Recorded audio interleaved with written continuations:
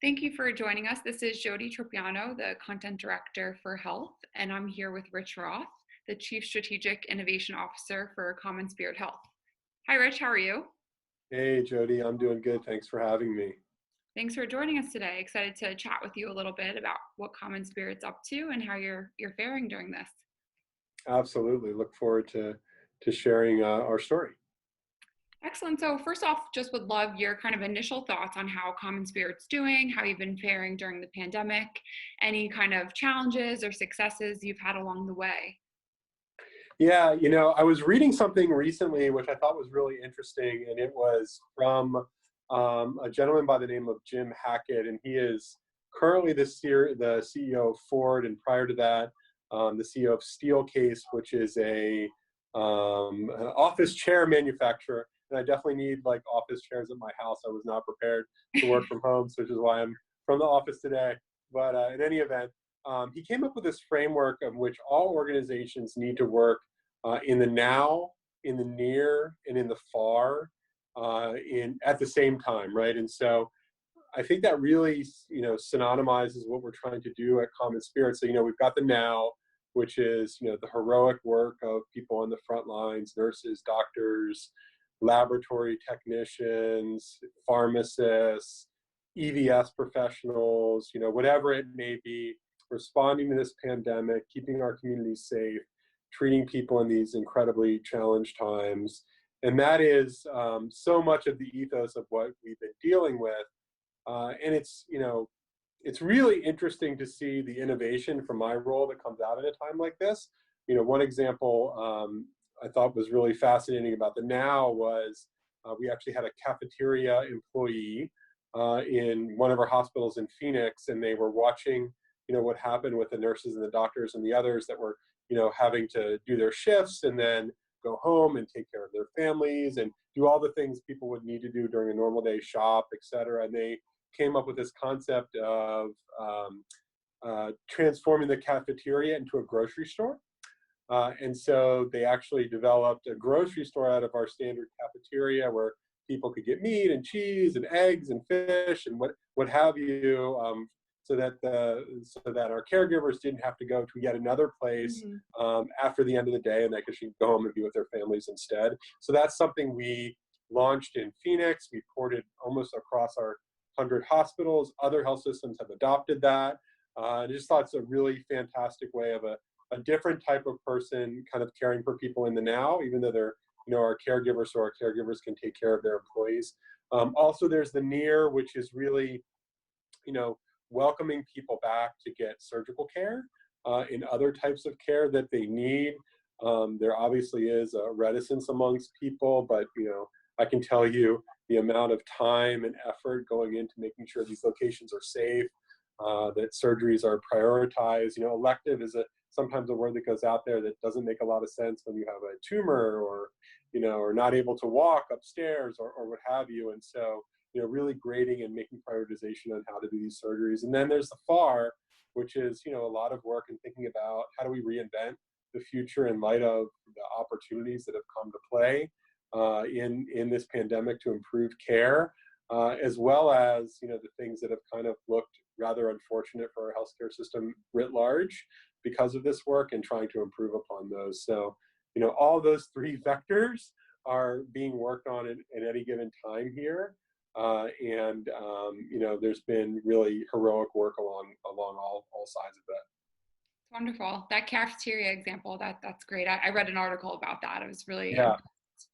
So how else have you really had to kind of switch up your 2020 plans in light of what's going on? I'm sure you had a certain road map for the year, and that was kind of thrown out the window.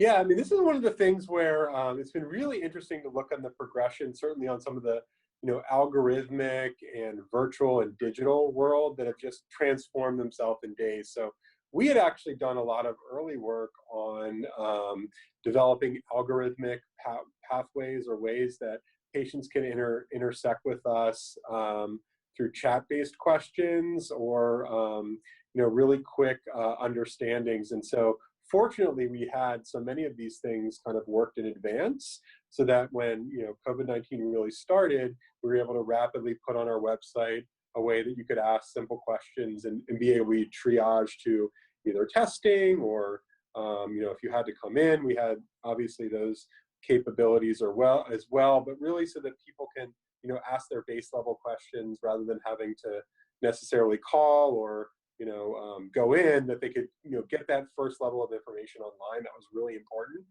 We quickly translated that to our physicians' offices. And so we would algorithmically work to screen patients that were coming in. So, if they had symptoms of COVID-19, we were able to take them to like a specialized clinic or a place where, our staff was, well equipped with, everything they would need to take care of those individuals. And that's really important too, because you want to create an element of safety for the community, and you want to keep an element of safety for your caregivers. And so we were able to pull that in place as well. And then, of course, the lightning switch, which was a lot of the federal relief on allowing for virtual care to happen. And so I think like many across the country, we were able to see meteoric rises in the numbers of people doing video visits. As an example, I think we started at less than 1% of our patients. Now we're doing more than 10,000 visits a day. We've got to be one of the largest providers of that service in the country at this point.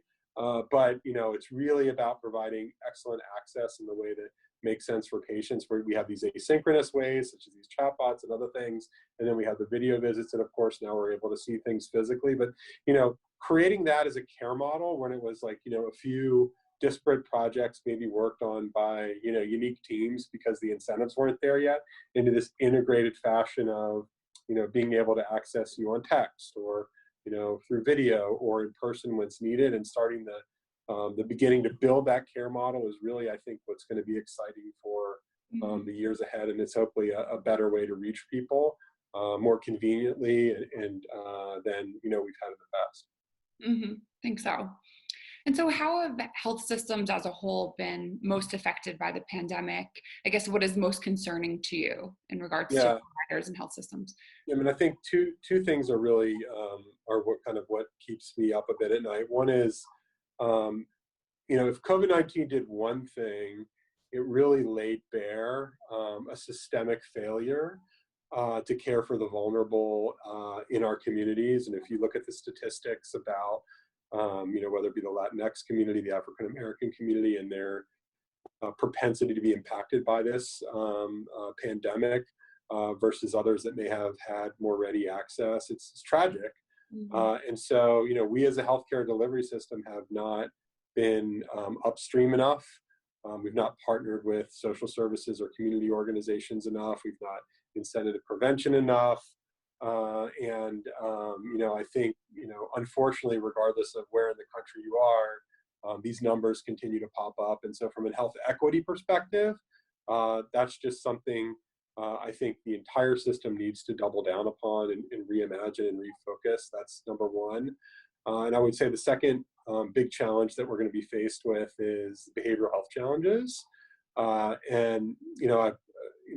have one example from our specialty pharmacy partners. We had, this individual that was living by themselves, and they have an oncological disorder, and we really needed them to take their medicine, like the specialty pharmacy drug that they have, and that's become, and they needed to get a refill, right, essentially.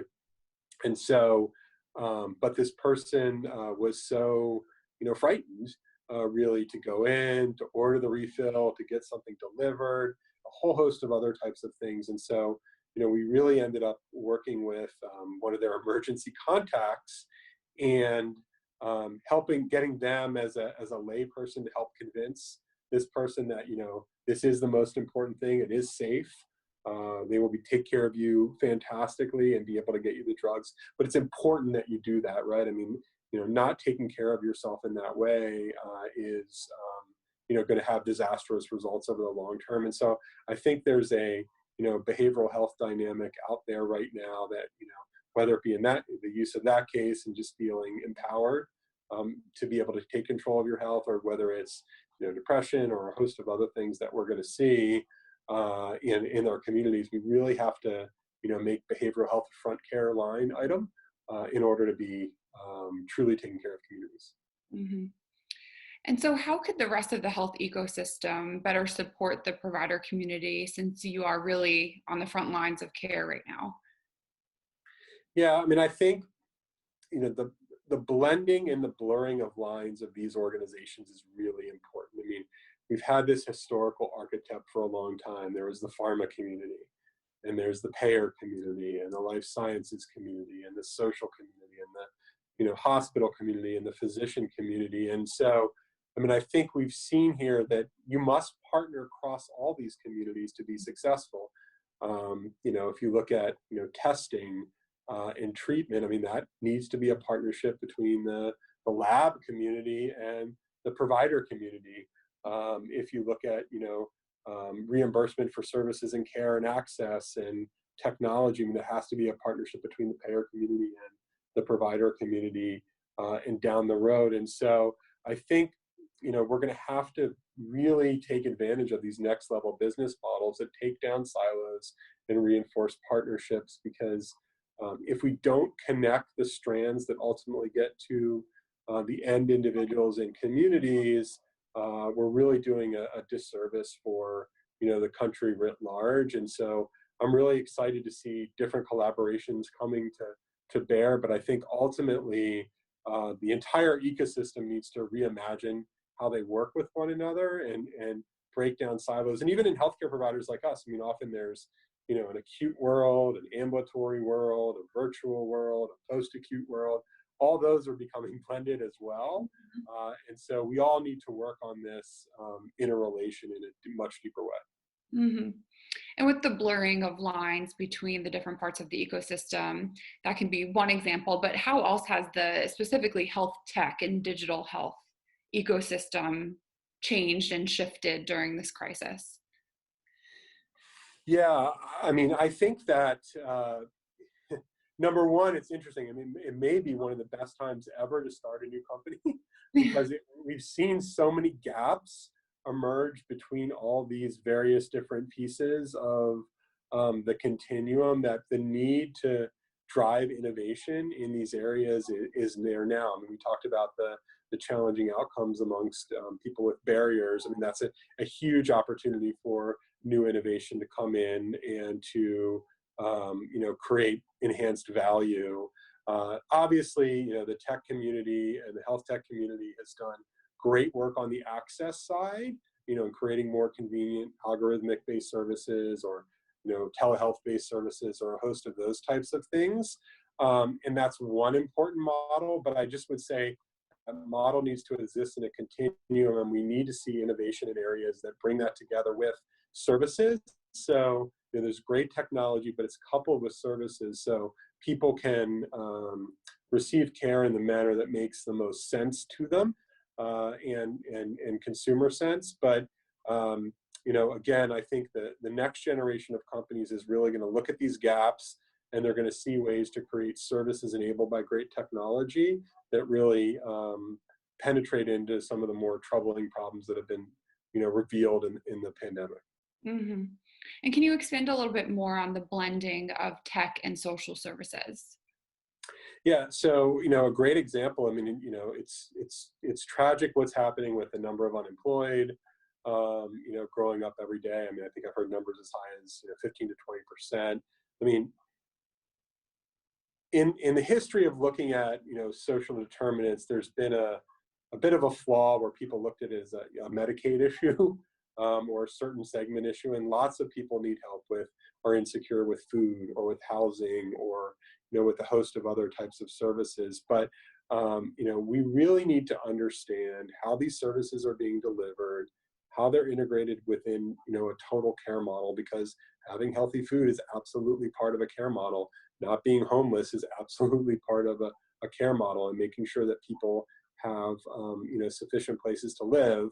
And as this has played out, obviously, in areas where those breakouts have occurred, it's impacted everybody in the community, not just simply those individuals that happen to be negatively impacted by that situation. And so what I see in the future is an ability to better coordinate between all of these sectors, where there's sectors that are absolute experts at food, there's sectors that are absolute experts at legal support, or housing or other types of things, and that you're sharing information together with public health organizations, you're sharing information with hospital organizations, and you're levering off of one another's expertise. So, obviously we have physicians that have done significant and advanced training to care for individuals.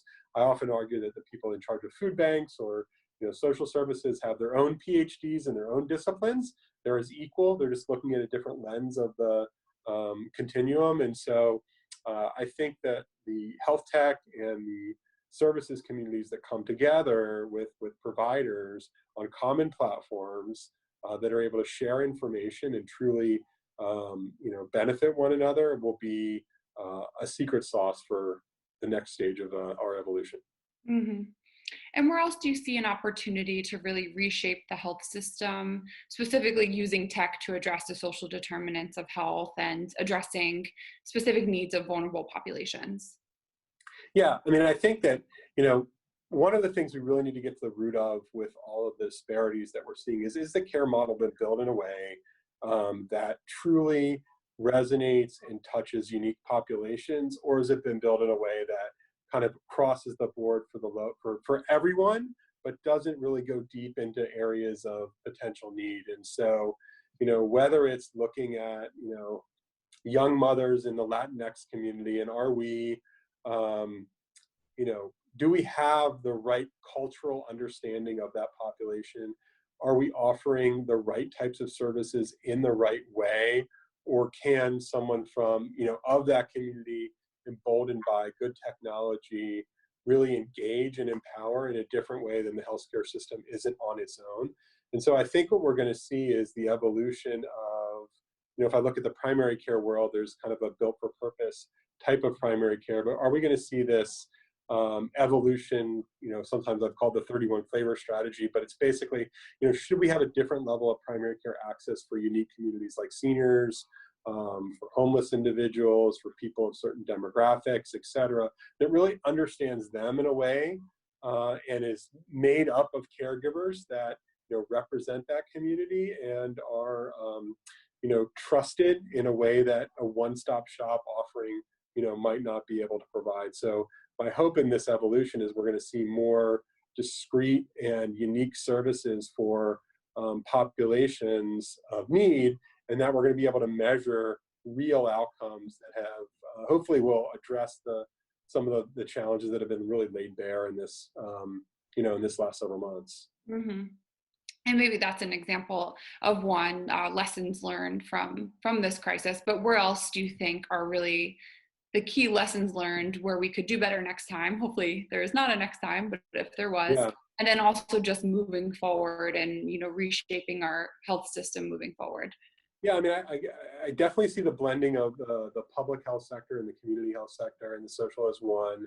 I think this whole lab and diagnostics and pharma area is really interesting as well. You think about, for most things, people need a prescription when you're dialing in, whether it's a video visit or something in person. And increasingly, people are going to be scanned diagnostically, maybe even to enter a building, going forward. Who knows how that's going to kind of play out. And so I think that's the other area that is really interesting to me is how does diagnostics integrate with the care model in a much more purposeful way, especially in ways where there might be home diagnostics. Those need to be safe.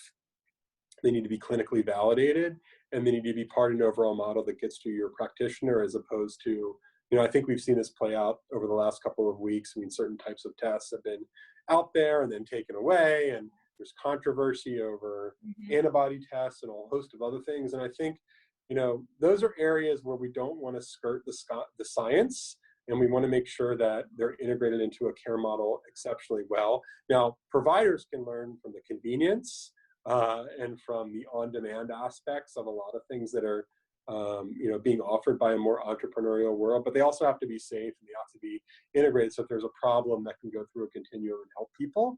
And so I think that blending is going to be the second one that's really important to watch. And, we will see more digital therapeutics. We will see more connected labs in the home. I think you'll be able to imagine a scenario where you're getting pharmacy, lab test, imaging probably never seeing a person. But, you could also imagine that scenario going really awry if not in the right care model. And so I hope that that blending will come together and actually have something that's both convenient and safe and efficacious. Yep, great points. And so any last thoughts on the pandemic at large? Any, words of wisdom or hope that you want to share with our audience? Yeah, I mean, I think that the hopeful thing in all of this is, number one, the level of response that organizations have come to take. I mean, obviously, the work of nurses and physicians has been incredibly heroic. I think the understanding of that role in society has grown over these last couple of months. And I think at the end of the day, people feel safest and most secure by taken care of by these, compassionate professionals. And that goes into lab and into EVS and cafeteria and a whole host of others. And so, there used to be a theme about disrupting the healthcare system in a sense. And I almost, it's like, it should be disrupting some of the bad outcomes or some of the gaps in the healthcare system, inclusive of the healthcare system in that disruption. Because, I think people understand what the healthcare system means to them now in a way they may never have, when they were healthy and well.